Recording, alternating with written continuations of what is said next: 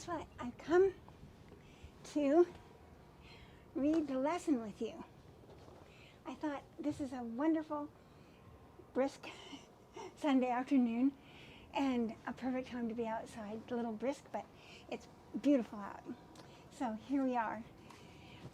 Just wanted to mention that I only read just a few parts of the lesson, and I often feel bad that you're missing a lot of the meat. And the nice thing is that Veronica, who is a channel mammal, like most of you, has offered to give her email in the description so that you can email her and she'll send you the whole lesson so you can enjoy that in between and get a lot more out of it. So, but for now, we're just going to read some parts. We're going to read the introduction and the first section and the sixth section. But a lot of the real stories and all will be waiting for you in the description, okay, the other sections. So the subject of this week's lesson is life with a capital L, meaning God. And the golden text is from Psalms. The Lord liveth, and blessed be my rock, and let the God of my salvation be exalted. And the introduction is from Nehemiah and Psalms. Thou, even thou, art Lord alone. Thou hast made heaven, the heaven of heavens, and all their host, the earth, and all things that are therein, the seas, and all that is therein, and thou preservest them all. And didst see the affliction of our fathers in Egypt, and heardest their cry by the Red Sea. And thou didst divide the sea between them, so that they went through the midst of the sea on dry land. And moreover, thou leddest them in the day by a cloudy pillar, and in the night by a pillar of fire, to give them light in the way wherein they should go. And gavest them bread from heaven for their hunger, and broughtest forth water for them out of the rock for their thirst, and promised them that they should go in to possess the land that which thou hast sworn to give to them. Yea, 40 years, excuse me, yea, 40 years didst thou sustain them in the wilderness, so that they lacked nothing. Their clothes wax not old, and their feet swelleth not. The children also multipliest thou as the stars of heaven, and broughtest them into the land, concerning which thou hast promised to their fathers, that they should go in to possess it. The Lord will command his loving kindness in the daytime, and in the night his song shall be with me, and my prayer unto the God of my life. And now for the first section in the Bible. This is from Psalms also. The Lord is my light and my salvation.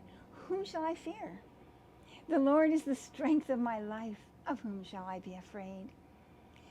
I will lift up mine eyes unto the hills, from whence cometh my help. My help cometh from the Lord, which made heaven and earth. He will not suffer thy foot to be moved. He that keepeth thee will not slumber. Behold, he that keepeth Israel shall neither slumber nor sleep. The Lord is thy keeper.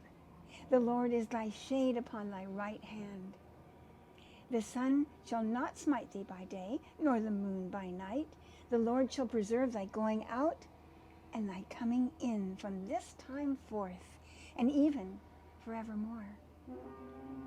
O bless our God, ye people, and make the voice of his praise to be heard, which holdeth our soul in life, and suffereth not our feet to be moved. In Science and Health with Key to the Scriptures by Mary Baker Eddy. God is infinite, the only life, substance, spirit, or soul, the only intelligence of the universe, including man. Because life is God, life must be eternal. self-existent. Life is the everlasting I am, the being who was and is and shall be, whom nothing can erase. Life, truth, and love are the realities of divine science.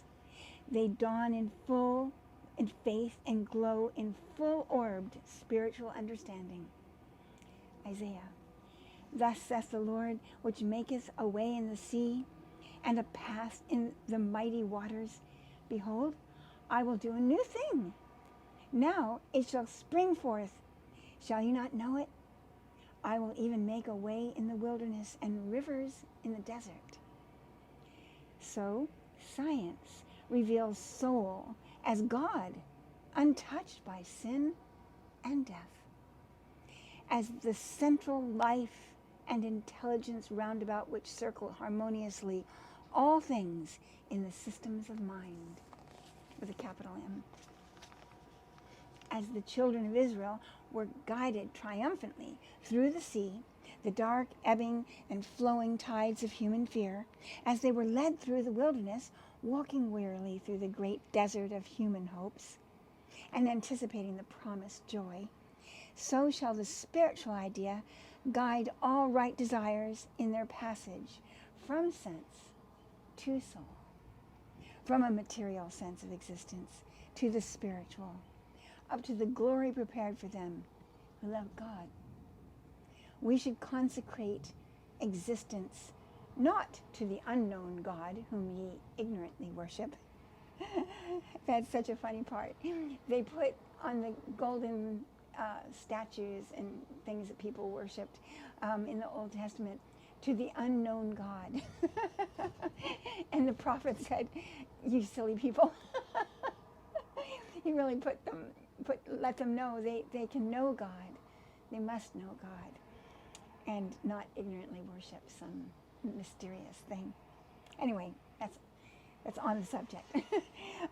But to the eternal builder, the everlasting Father, to the life which mortal sense cannot impair, nor mortal belief destroy.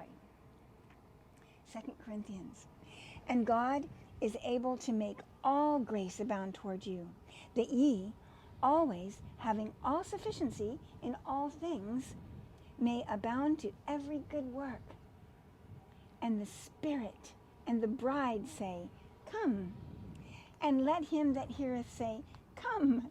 And let him that is athirst, come. And whosoever will, let him take the water of life freely. Unto newness of life, and recognizing no mortal nor material power as able to destroy. In Science and Health it says, let us feel the divine energy of spirit, bringing renewed selfhood.